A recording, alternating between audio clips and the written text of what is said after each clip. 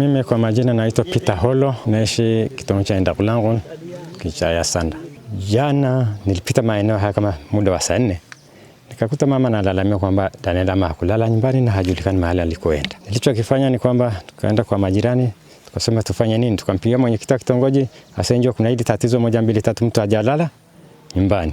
Mwenyekiti alipofika akatoa amri, hiyo ipigwe, hiyo ikapigwa, tukaenda kusaka, tukamkuta mtu akajitundika na mgorore wako kitambaa kama ya blanketi, akaichana mwenyewe, akaifunga shingoni, akafunga kwenye mti, akajitundika na kitambaa cha kwake. Kama balozi hapa ni wa siku nyingi, hawa jamaa tunawasuluhisha kila siku ni kufuatana na mke wake tu, mapenzi kila siku. Akimwona amekaa na mtu tayari ugomvi, akimwona amekaa karibu na mtu ni ugomvi, ni mapenzi.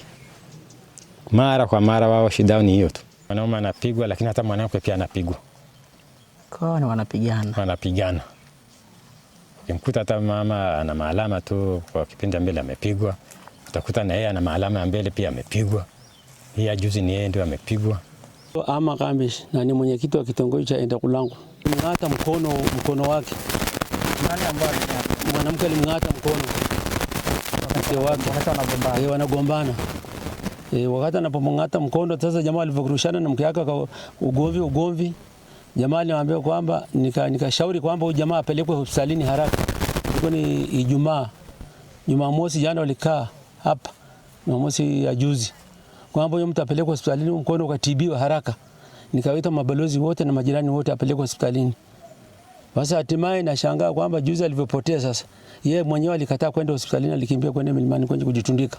Wananchi wangu tulishakaa hapa, nikamwambia kitendo kama hiki natakiwa tupige onyo, isirudie tena hata siku moja. Mimi kama mwenyekiti wa kitongoji sipendi, itakuwa ni uvunjaji wa amani.